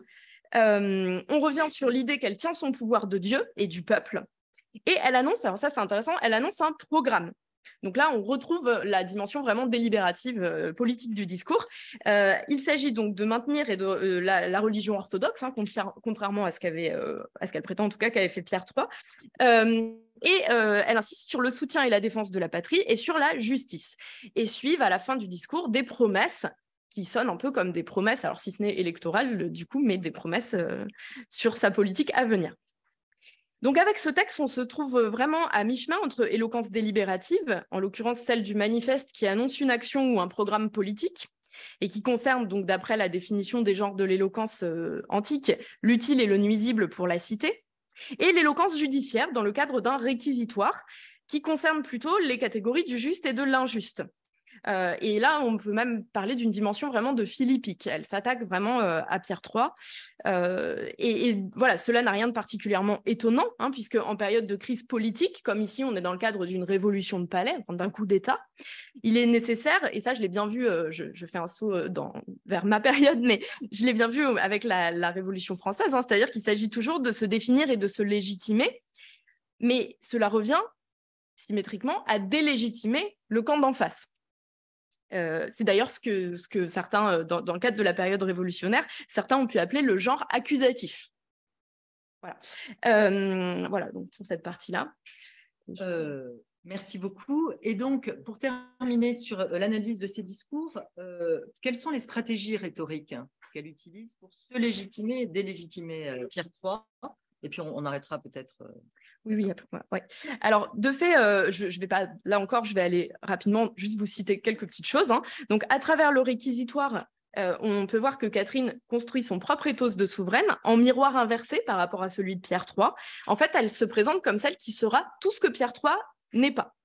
Donc là, je vais juste passer… Ou pas. Non, je t'en prie. Voilà. Diaporama suivant, voilà. Donc, on le voit très clairement, par exemple, dans cette phrase que je vous ai mise sur le diaporama. Il s'imaginait que ce n'était pas à l'être suprême, mais au seul hasard qu'il était redevable du pouvoir absolu et qu'il l'avait entre les mains, non pas pour le bien de ses sujets, mais pour sa propre satisfaction. Donc ici, on voit le balancement. En construisant un ethos négatif à son adversaire, Catherine, en filigrane, construit le sien, comme en miroir. C'est-à-dire que la première phrase qui est niée, à chaque fois, correspond à sa situation à elle. Elle sait bien qu'elle tient son pouvoir de l'être suprême et elle sait bien que c'est pour le bien de ses sujets et pas pour son bien propre. Voilà. Donc, elle se pose comme modèle de souveraine face à un contre-modèle qui est Pierre III. On peut voir aussi que son modèle est la figure d'Élisabeth Ier, qu'elle qualifie dans son discours de mère très tendre. Et on peut voir ici que apparaît la figure féminine. Donc, on comprend qu'elle est un modèle pour Catherine. Il s'agit de la dimension maternelle de la femme, donc la mère, un motif que l'on retrouve à plusieurs reprises dans le discours, notre assistance maternelle, etc. Et la dureté de Pierre III s'oppose à cette maternité attendue de Catherine et à son humanité, qui est aussi un terme qui revient dans plusieurs des textes. Et d'ailleurs, lorsqu'elle mentionne son fils Paul écarté de la succession, c'est une façon de rappeler en écho son statut de mère. On retrouve un petit peu ce que Yann hier sur le statut de la mère symbolique qui rejoint celle de la mère concrète. Voilà. Alors, et dans le même temps, et paradoxalement, Catherine se construit un ethos qui correspond à la vertu, la virtus, donc la qualité virile dans l'imaginaire culturel issu de l'Antiquité, et qui correspond à l'héroïsme, par opposition à Pierre, qui est un homme, outre incompétent et violent, c'est aussi un homme oisif et dénaturé. Voilà, on voit bien donc il vivait dans une parfaite oisiveté, abandonnant le gouvernement et les affaires les plus pressantes. Donc ça c'est intéressant parce que c'est quelque chose qu'on retrouve aussi dans les discours par exemple dans les discours de Cicéron, qui présente Marc-Antoine comme étant un homme dénaturé, efféminé. Il y a vraiment la catégorie de la femme qui est l'homme, enfin voilà, l'homme efféminé qui est dénaturé et qui s'efface de l'espace public, comme ici. Et on trouve d'ailleurs un portrait de Catherine habillée en soldat. À l'inverse, elle reprend en fait à son compte ses qualités viriles, que vous voyez ici. Donc, elle est en homme. Donc, elle se présente, elle est d'ailleurs parfois qualifiée de roi. Et elle se présente à la fois comme un homme pour son courage et sa capacité à régner, et comme une femme, mais avec les qualités attendues d'une femme comme positives, c'est-à-dire une mère qui agit comme une mère justement à l'égard de son peuple, son peuple, en retour, lui doit le respect dû à une mère, comme elle l'explique dans le dernier texte. Si elle s'acquitte de ses devoirs maternels, le peuple doit s'acquitter de ses devoirs filiaux, les devoirs de son État, comme elle le dit.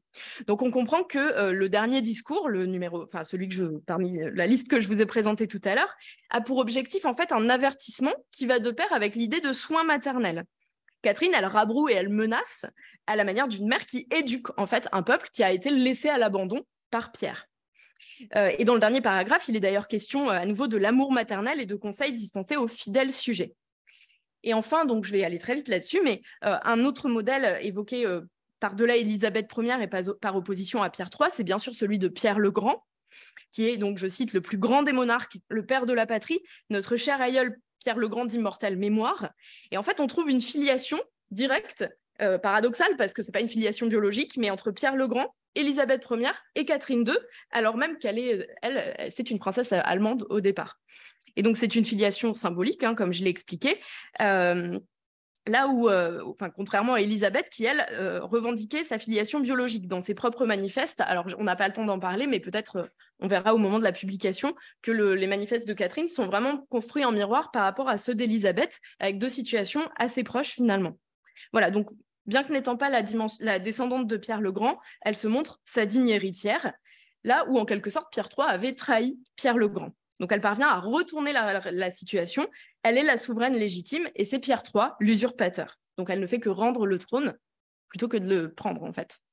Voilà. Alors, pour conclure cet ensemble, il faut penser ce corpus de manifestes dans un ensemble à la fois textuel et d'images, d'iconographie, et dont cette sculpture absolument exceptionnelle marque, commandée par Catherine II, alors bien des années après, en 1783, au sculpteur français Falconet, de Pierre Ier à Catherine la Seconde. Donc là, vraiment, on voulait vous montrer, pour terminer, cette filiation toujours revendiquée. Nous vous remercions.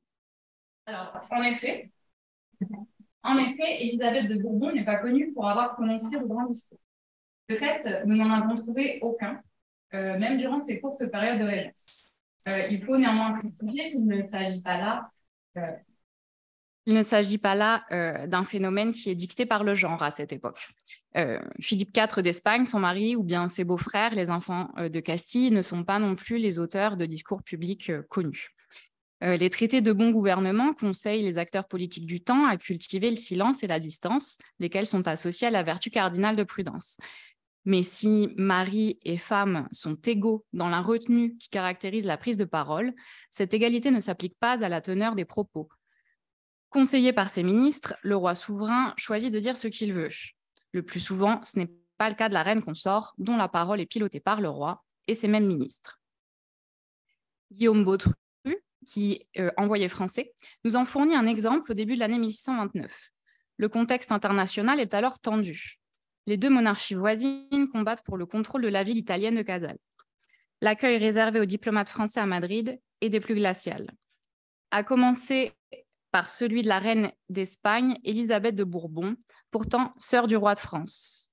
Elle reçoit ainsi, avec beaucoup de froideur, l'ambassadeur de son frère, à qui elle ne s'adresse qu'en espagnol. Cette attitude n'est pas condamnée par Guillaume Bautru. Au contraire, le diplomate l'excuse par ces mots qui servent de titre à notre communication. Cette bonne et sainte princesse n'oserait proférer une syllabe qui ne lui soit prescrite. En outre, il verbalise... ça marche pas. Je te laisse gérer. En outre, il verbalise par écrit la situation complexe, mais si commune au consort, dans laquelle se trouve Élisabeth de Bourbon. Il écrit ainsi « Il faut que j'avoue que jamais je n'eus le cœur si serré de compassion qu'en voyant le combat du cœur et de la bouche de cette grande reine. » L'absence de discours verbal prononcé par Élisabeth nous empêche de mener à bien une analyse rhétorique digne de ce nom. Malgré tout, il nous a semblé pertinent d'étudier sous toutes ses formes la prise de parole de cette reine d'Espagne en nous centrant sur cette dichotomie de la bouche et du cœur signalée par l'ambassadeur. Nous étudierons les 15 premières années d'Élisabeth de Bourbon à la cour d'Espagne, de 1615 à 1629, date de la naissance de son fils. Dans une brève première partie, nous présenterons le contexte politique dans lequel évolue Élisabeth, en insistant sur les défis que cette dernière doit relever dès son arrivée en Espagne. Et dans une seconde partie plus détaillée, nous analyserons les différentes stratégies, verbales et non verbales, employées par la reine consort pour faire entendre sa voix et occuper l'espace politique qui lui est dévolu à travers l'étude de différents événements. Il s'agira alors de vérifier dans quelle mesure celle qui est décrite comme une bonne et sainte princesse par les ambassadeurs français, se trouve à l'initiative des opinions qu'elle exprime. Alors, lorsqu'elle arrive en Espagne en novembre 1615, Élisabeth n'a que 13 ans. Elle est destinée à épouser le prince des Asturies, le futur Philippe IV d'Espagne, tandis que sa belle-sœur, Anne d'Autriche, part pour la France rejoindre Louis XIII. Cet échange de princesses vise à sceller une alliance durable entre les deux monarchies.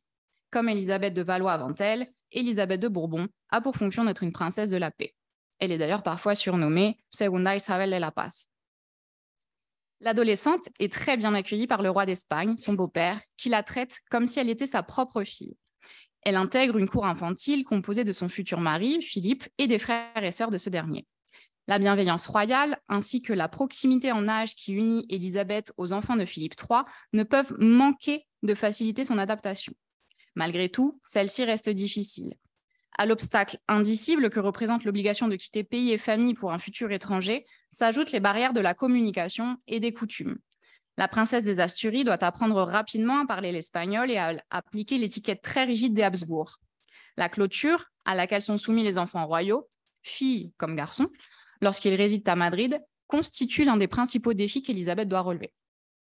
Dans une lettre à sa mère, Marie de Médicis, la princesse rapporte qu'elle ne peut se promener qu'une seule fois par semaine. Et elle précise « Encore et sans carrosse et sans descendre, je vois les jardins par la fenêtre ». De la sorte, l'enfermement qui caractérise ses premières années à la cour d'Espagne cloisonne la jeune femme dans l'espace privé du palais. Sa voix est audible pour l'historien grâce à quelques lettres envoyées à sa mère ainsi qu'à ses frères et sœurs. Et au fur et à mesure que les mois s'écoulent après son arrivée à Madrid, on remarque que la princesse apprend à maîtriser ses émotions et confie de moins en moins ses sentiments dans ses lettres. Du vivant de Philippe III, l'objectif à court terme regardant Élisabeth consiste à la rapprocher du prince pour préparer le couple à sa future vie maritale. Le roi d'Espagne souhaite qu'Élisabeth et Philippe s'entendent bien, de sorte que les fruits humains de cette alliance ne soient pas seulement biologiques. Selon Philippe III, qui suit les règles du temps, pour qu'un mariage et tous les enjeux qu'il recouvre réussissent, les époux doivent tendre vers l'union des cœurs et des âmes, pour ne plus former qu'un. Se pliant avec docilité à ces exigences, Élisabeth est l'objet de louanges. On l'a dit, et je cite, « aimée du roi, chérie et caressée du prince, et bien voulue généralement de tout le monde. » Mais ça ne dure pas. La disparition de Philippe III en mars 1621 conduit Philippe IV sur le trône, la princesse devenant alors reine consort. Le nouveau roi d'à peine 16 ans s'entoure d'un duo de conseillers, Balthazar de Zúñiga et Gaspard de Guzmán, comte d'Olivares. Si le premier œuvre, comme Philippe III, à rapprocher Philippe IV et Élisabeth, le deuxième ne l'entend pas de cette oreille.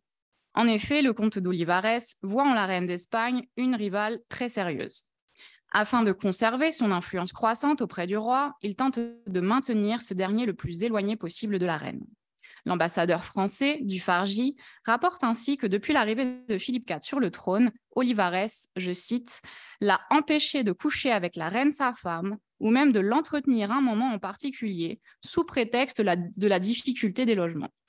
De la sorte, même la parole que la reine possède dans l'espace privé devient étroitement contrôlée. » Selon du Fargy, le favori royal vise non seulement à détruire la faveur de la reine auprès du roi, et cela au prétexte que le monarque ne peut s'en remettre à une épouse qui possède, je cite, « des confiances étrangères », mais également à isoler cette dernière au sein de la cour d'Espagne en la privant de tout conseil. Ainsi, l'accès dont l'ambassadeur et son épouse jouissent auprès d'Élisabeth se réduit-il peu à peu au cours de l'année 1622, la situation de la reine étant comparée à celle, je cite, « des prisonniers ordinaires ». Cela s'accentue au point qu'en 1625, Madame du Fargy, donc l'ambassadrice, se voit refuser la possibilité de baiser la main d'Élisabeth de Bourbon à Aranjuez. L'ambassadrice est alors forcée de s'en retourner à Madrid, ce qui est perçu comme un terrible camouflet.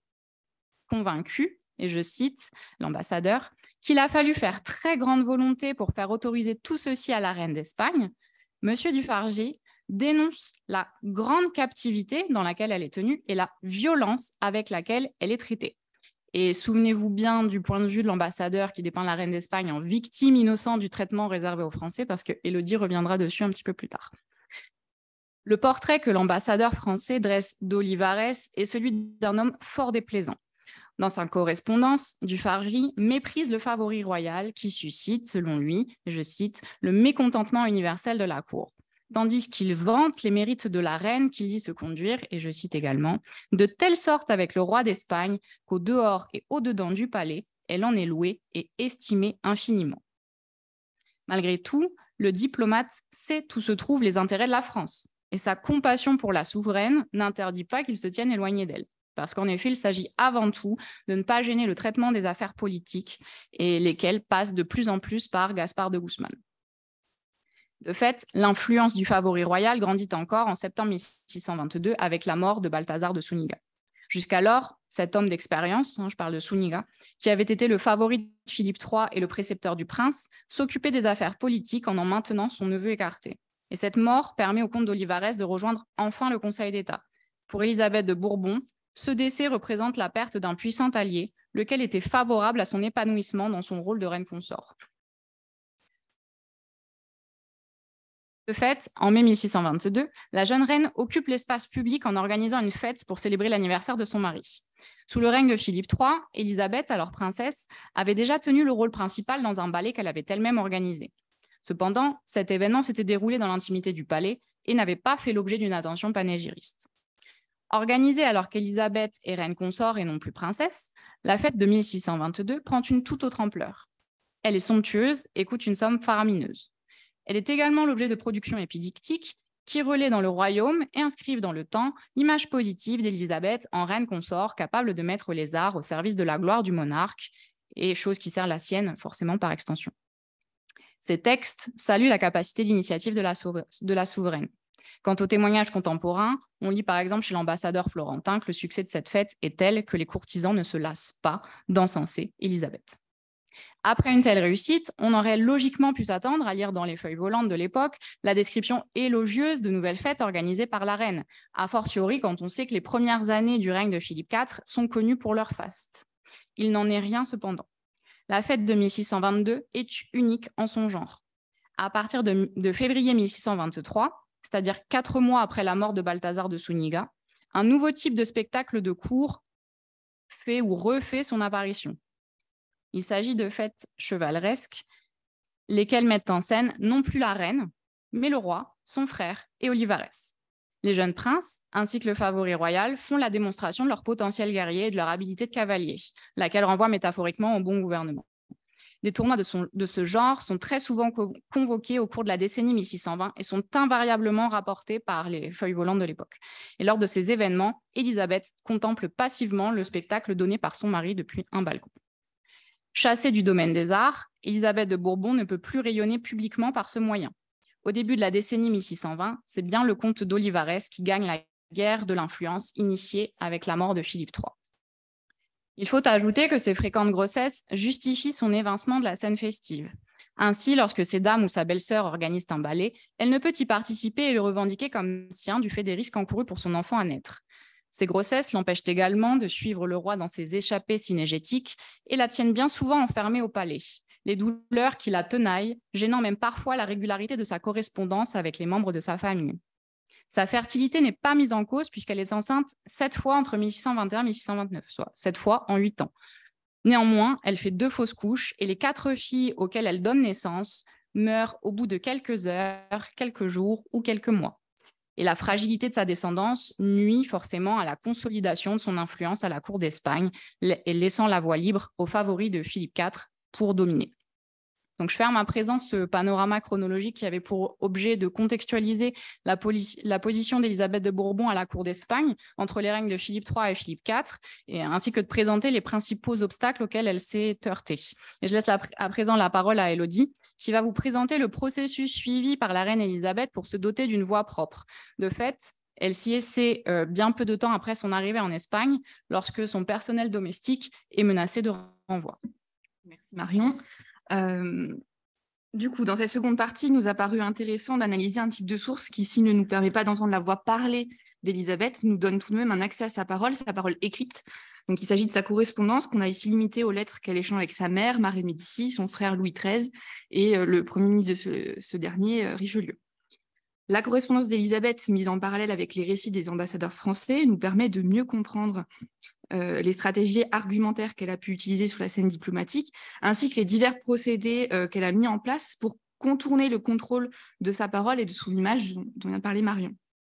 Tout d'abord, on va revenir un peu en arrière par rapport à ce que vient de dire Marion, pour mettre en évidence un sujet qui occupe Élisabeth et les 2 cours des années 1615 à 1622, c'est la composition de sa maison.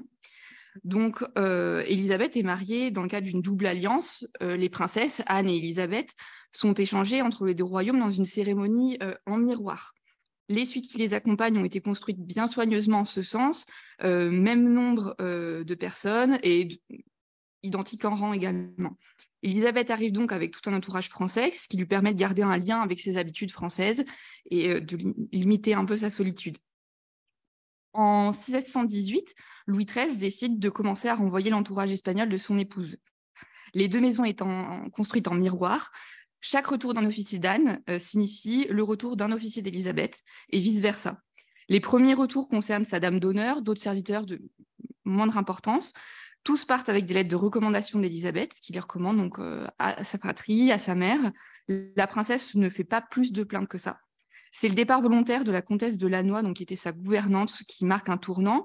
Élisabeth est très triste, ce qui est un peu apaisé par la promesse fausse de la gouvernante de revenir dès qu'elle aura le congé du roi de France. En tout cas, Élisabeth écrit à tout le monde, à sa mère, à ses frères et sœurs, pour qu'ils appuient cette demande auprès de Louis. Elle souligne à la fois son affliction, mais aussi appuie son propos en signalant que c'est la volonté du roi d'Espagne, son beau-père. En effet, Philippe III a aussi intérêt au retour de la comtesse, d'abord parce qu'il apprécie Élisabeth, qu'il considère comme sa fille, c'est l'importance de sa gouvernante, et Élisabeth souligne même qu'il ne refusera pas ce qu'elle demandera. Ensuite, Philippe III a plus à défendre. Le retour de la gouvernante d'Élisabeth veut aussi dire que Louis XIII peut renvoyer la première dame d'Anne d'Autriche, et justement, Louis XIII n'attendait que ça, pour renvoyer tous les Espagnols de la cour de France. Élisabeth, qui, je cite, est en alarme pour ses Françaises, demande par la voix de l'ambassadeur à ce que Louis retienne les dames d'Anne pour qu'elle puisse garder les siennes. Elle en parle aussi à Philippe III, vers qui, je cite, elle tend tous ses efforts. Elle prend même la décision de rédiger un mémoire pour l'ambassadeur sur les décisions qui seront à prendre si jamais ces dames étaient renvoyées. Et surtout, pour la première fois, elle écrit une lettre à son frère Louis XIII sans en parler à l'ambassadeur de France. Habituellement, c'est à lui qu'elle confie ses lettres pour la France. Ça permet à l'ambassadeur de contrôler ce qu'elle écrit et à qui.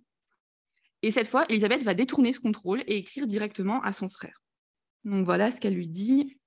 « Monsieur, l'honneur que votre majesté me fait de m'aimer me fait espérer que les nouvelles qui se disent ici ne sont pas véritables. On m'a assuré que votre majesté avait déjà promis les places des Espagnols qui reviennent. J'ai trop d'espérance à votre bonté pour croire qu'il me veuille donner ce déplaisir d'en frustrer mes Françaises. Ce serait un des plus grands qui me pourrait arriver, car elles m'ont parfaitement bien servi et n'ont jamais fait de déshonneur à la France. Cela m'oblige à vous faire une supplication qui est de leur donner les mêmes charges qu'elles ont à mon service auprès de la reine, ma belle-sœur, ou de ne trouver point mauvais que je les retienne. Le roi me fait tant l'honneur de m'aimer que je suis assurée qu'il me donnera ce contentement de les retenir, et pour les Espagnols qu'il renverra en France, il sait qu'elles seront telles qu'elles ne donneront point sujet à votre majesté de les renvoyer. Je le supplie très humblement en cette occasion de se souvenir que j'ai l'honneur d'être sa sœur. Je sais que ce nom de sœur l'oblige à me donner la consolation que je demande. » Élisabeth, qui est décrite comme alarmée, finalement, on voit dans cette lettre que c'est une princesse qui est consciente de la situation, des ressorts de l'affaire, mais aussi de ce qu'elle a en droit de demander et de comment le faire. On peut forcément faire une référence aux théories de l'argumentation rhétorique qui assignent 3 objectifs à l'orateur: prouver, plaire, émouvoir. Et la lettre d'Élisabeth, finalement, il répond très bien. Donc, elle argumente de façon très claire, soulignant que ses servantes l'ont bien servi, ainsi que la France, donc il n'y a aucune raison de les renvoyer. Elle réutilise aussi l'argument de la compétition entre les 2 rois dans cette affaire. Philippe III, lui, par amour pour elle, ne renverra pas les dames françaises. Surtout, elle n'en demande pas trop, plutôt que de demander directement à ce qu'elles ne soient pas renvoyées. Elle demande d'abord à ce qu'elles aient une place dans la maison d'Anne d'Autriche, et c'est qu'après avoir développé les autres arguments qu'elle va souligner que la solution la mieux serait de ne pas du tout les renvoyer. Ensuite, elle flatte Louis en faisant appel à sa bonté et suggérant qu'elle ne peut pas croire à ces rumeurs qui vont à l'encontre des qualités de son frère. Enfin et surtout, son dernier argument fait appel aux sentiments familiaux. C'est bien parce qu'elle est sa sœur et qu'il aime que Louis doit lui donner contentement. Élisabeth va continuer lors des années suivantes à faire appel à ses procédés argumentatifs, utilisant particulièrement le registre du pathos. Elle met en place ce qu'on pourrait qualifier d'une rhétorique des larmes, notamment en réponse à la dernière vague des renvois qui est cette fois organisée par Olivares. Alors qu'on lui annonce le renvoi de ses dernières dames, surtout de sa nourrice qu'elle aimait beaucoup, Élisabeth se comporte quand même prudemment. L'ambassadeur souligne qu'après les premières larmes qu'elle n'a pas su retenir, elle ne rendit aucun témoignage de la peine qu'elle en a soufferte et souffre continuellement. Ses émotions lui échappent tout de même à nouveau lorsqu'elle apprend par Olivares et Philippe IV qu'ils vont en fait la faire sortir du palais jusqu'à que les Français soient partis. Et du coup, par contre, elle demande immédiatement pardon à son époux, justifiant ses larmes comme, je cite, des effets de tendresse et de sentiment vers une personne qu'il avait depuis l'enfance très bien servie, et non de sa volonté, laquelle en tout et partout, elle désiroit conformer à ce que le roi son mari aura de plus agréable. Si ces pleurs lui ont échappé, les larmes deviennent finalement un nouvel outil dans la stratégie d'Élisabeth. Tout d'abord, lors d'un entretien avec l'ambassadeur français, quelque temps plus tard, elle lui demande que sa nourrice soit reçue dans la maison d'Anne, non pas dans l'intérêt de la nourrice, mais dans son intérêt à elle, et je cite, « laquelle désire tirer cette preuve évidente à ces gens ici que votre majesté fait cas de ce qui lui est de ce qui lui est recommandé de sa part pour s'y rendre considérable par l'affection de votre majesté, en laquelle seule elle m'a dit avec larmes qu'elle établit soit le remède de ce qu'elle avait à souffrir. » Encore une fois, Élisabeth utilise le ressort de l'affection que lui porte son frère. Elle le rend seul décisionnaire de son bonheur, mais aussi de sa crédibilité à la cour d'Espagne. Finalement, elle n'hésite pas à verser des larmes, sachant très bien que l'ambassadeur les rapportera. On retrouve aussi un argument qui revient dans les lettres suivantes. Elle veut que Louis XIII lui montre ouvertement son affection afin de montrer l'impact qu'a sa parole auprès de lui. Les interventions d'Élisabeth en faveur des membres de sa maison aboutissent en partie à un succès. Elle ne parvient pas à les faire retenir en Espagne, mais tous ces officiers seront nommés dans la maison d'Anne d'Autriche à leur retour. Bon, ces stratégies argumentatives ont finalement porté leurs fruits. Donc, il est difficile d'affirmer qu'Élisabeth a pu bénéficier d'une véritable formation, notamment rhétorique, On a peu d'informations sur le sujet. En tout cas, on sait qu'elle n'a pas eu la chance d'avoir un précepteur. Son éducation est menée par sa gouvernante et elle a pour visée principale d'en faire une bonne épouse. Toutefois, il faut souligner un intérêt particulier qui est donné à la correspondance. Dès son apprentissage de l'écriture, on l'encourage fortement à échanger des lettres avec son entourage. C'est à cette période qu'elle développe ses premières capacités argumentatives, mais c'est vraiment dans cette affaire qu'elle prend conscience de l'impact que peut avoir sa parole, qu'elle soit dite ou écrite, et qu'elle soit surtout auprès du roi de France ou auprès du roi d'Espagne. Sa situation de princesse française devenue reine d'Espagne, ainsi que l'objectif de paix qui était donné à l'Union, la met en fait dans une position de garante de cette paix entre les deux rois. Elle va justement devoir utiliser sa parole lorsque la situation se crispe. En effet, Philippe IV et Louis XIII, ce sont deux jeunes rois très ambitieux, très désireux de remporter une victoire militaire contre leur grand ennemi.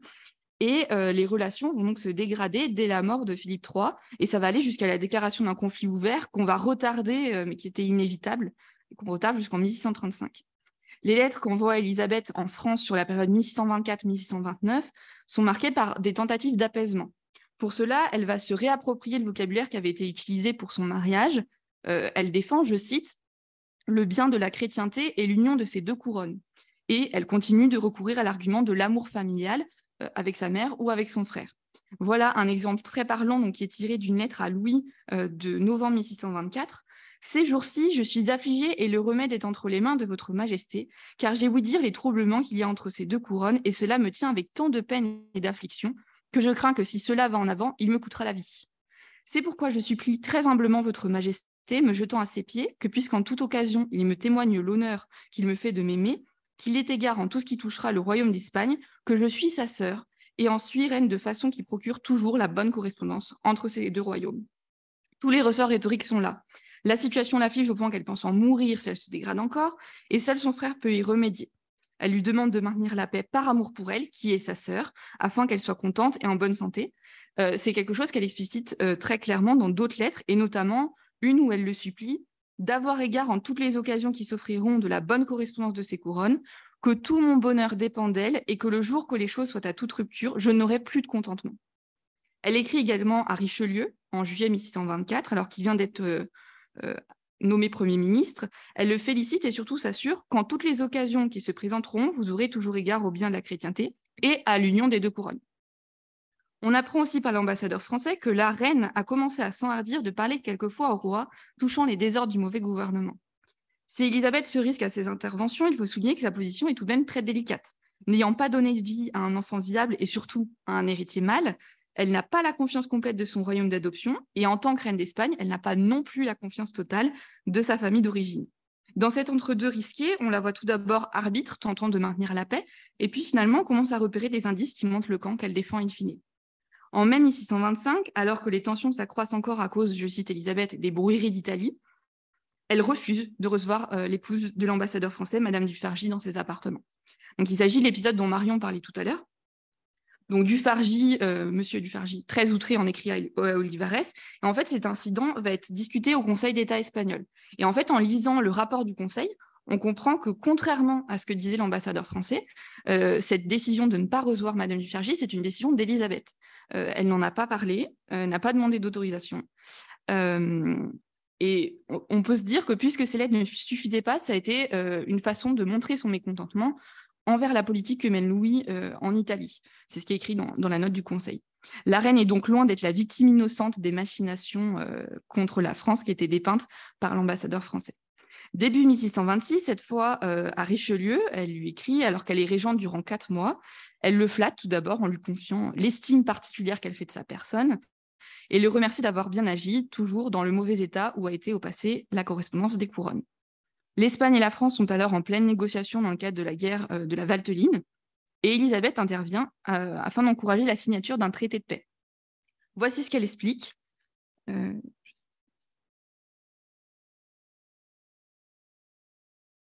Voici ce qu'elle explique. Bien que je fasse profession de ne me mêler point d'affaires, j'ai eu celui-là si à cœur que je l'ai toujours appelé et le tiens comme mien, comme étant le plus glorieux que je doive et le seul que je veuille entreprendre. C'est pourquoi, après vous avoir remercié de ce que vous y avez fait jusqu'ici, je vous exhorte de continuer courageusement. 13 jours plus tard, le traité de Monzon est signé entre les deux royaumes et jusqu'à preuve du contraire, cette lettre qu'avait écrite Élisabeth à Richelieu n'a pas été pilotée. Il n'y a aucune mention dans les papiers du Conseil d'État espagnol. Ce n'est pas le cas de la lettre qu'elle écrit un an plus tard, toujours à Richelieu, qui cette fois en fait est écrite en espagnol par un secrétaire sur ordre du Conseil d'État. Elle vise à le remercier de la part qu'il a pris dans l'union des deux couronnes. Et en fait, Élisabeth devait seulement la signer. Et finalement, elle rajoute une petite note de sa main, expliquant au cardinal, je cite, « Je ne veux pas que vous me teniez pour de si mauvais naturels que j'ai oublié le français, c'est pourquoi je vous ai voulu remercier en ces lignes. » La situation semble donc apaisée, mais ça ne va pas durer longtemps. La guerre de succession de Mantoue et du Montferrat donne aux deux rois une nouvelle occasion de s'affronter. L'ambassadeur français nous fait le récit d'une entrevue d'Élisabeth avec un envoyé donc, de Marie de Médicis, début 1629. La reine d'Espagne a reçu le présent de sa mère, donc ce sont des heures, je cite, avec beaucoup de froideur, et elle s'adresse à l'envoyé en espagnol. Pour l'ambassadeur français, je cite encore, « Il ne s'en faut pas prendre à cette bonne et sainte princesse qui n'ose au roi proférer une syllabe qui ne lui soit prescrite. » Pourtant, je pense qu'il faut rapprocher cet épisode, cette attitude d'Élisabeth, de celle qu'elle a eue en 1625 en refusant de voir la femme de l'ambassadeur. La froideur d'Élisabeth paraît ainsi légitime, elle qui enjoint depuis des années son frère, sa mère à la paix. Contrairement à l'ambassadeur de France, je ne suis pas sûre que cette attitude ait été dictée par le Conseil d'État espagnol. Et puis, il ne faut pas oublier qu'il s'agit du récit que fait l'ambassadeur français. Il est certainement bien plus simple de montrer Élisabeth ce jour comme une bonne et sainte princesse qui ne s'exprime que sur commande du gouvernement espagnol, plutôt que de dire que son attitude en fait est calculée en réaction aux agissements de Louis XIII. Donc quelques jours plus tard, c'est au tour de l'ambassadeur d'avoir audience avec Élisabeth, qui cette fois encore lui parle en espagnol. Il souligne qu'elle jette fois quantité de larmes en me parlant des déplaisirs qu'elle avoua que la paix n'était pas faite. Là encore, il faut faire le lien avec la rhétorique des larmes dont je parlais plus tôt.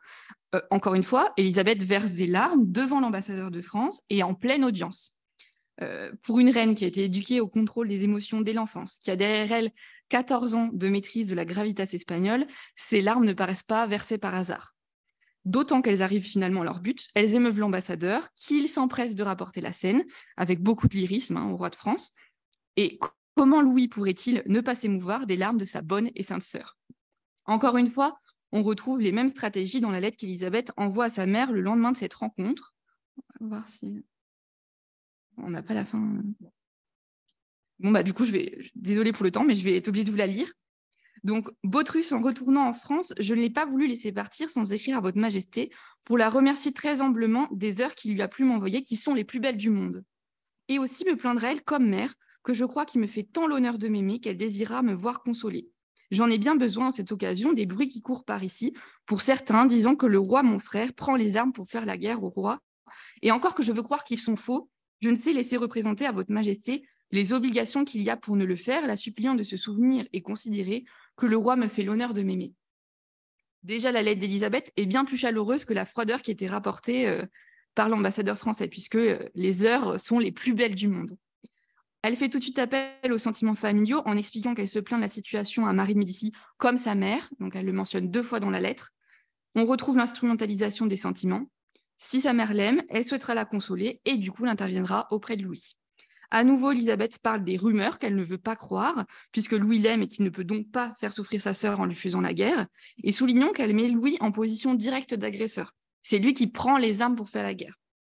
Dans la suite de cette lettre, qui est trop longue pour la lire en entier, elle défend son époux et craint que la situation, je cite, « soit faute de bon naturel du roi, mon frère, envers moi ».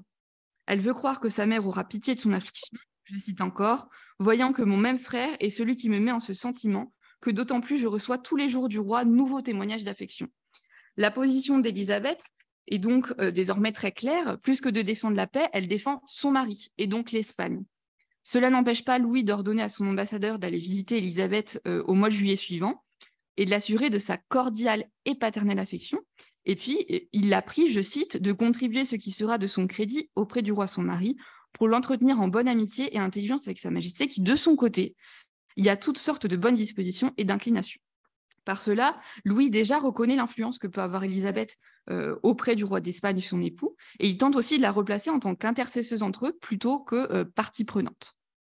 J'avais écrit une conclusion, mais je pense qu'on n'a pas trop le temps. Donc, très, très rapidement, simplement pour pour conclure, Élisabeth, à partir du moment où elle a son fils, elle prend clairement parti pour l'Espagne et les relations entre elle et son frère vont rapidement se réduire. Il n'y a pratiquement plus de correspondance entre elle et lui. Simplement, j'avais un exemple très, très parlant pour cette prise de parole sans prendre la parole d'Élisabeth, qui est par exemple qu'elle apporte son soutien à sa mère et à son frère contre Louis XIII. Et d'ailleurs, c'est encouragé par l'Espagne, puisque la politique de l'Espagne, c'est d'affaiblir Louis XIII. Et lorsque sa mère et son frère sont obligés de partir dans les Pays-Bas espagnols en exil, Élisabeth déclare qu'elle ne va plus porter de couleur jusqu'à ce que sa mère, alors j'ai sauté un épisode, jusqu'à ce que sa mère sorte de prison, parce que Louis XIII avait emprisonné sa mère. Donc elle décide de ne plus porter de couleur jusqu'à ce qu'elle sorte de prison. Donc elle apparaît en fait lors d'événements publics, entièrement habillée en noir, avec une bande bleue en fait qui traverse sa poitrine et qui est symbole des rois de France. Et on la laisse faire ça. Et simplement, une dernière petite anecdote pour vous montrer à quel point la rupture est vraiment nette dans la prise de position d'Élisabeth. Lorsqu'en 1637, Anne d'Autriche envoie à son frère Philippe IV une demande qui est celle d'obtenir les reliques de Saint Isidore, elle envoie un religieux qui est reçu par Élisabeth. Elle l'accueille entourée de son fils et de ses dames espagnoles. Il commence à lui parler en français et elle l'interrompt pour lui dire que désormais elle ne parle plus qu'en espagnol et qu'elle a complètement oublié le français. Et donc la rupture est entièrement consommée et assumée par cette reine consort. On vous remercie.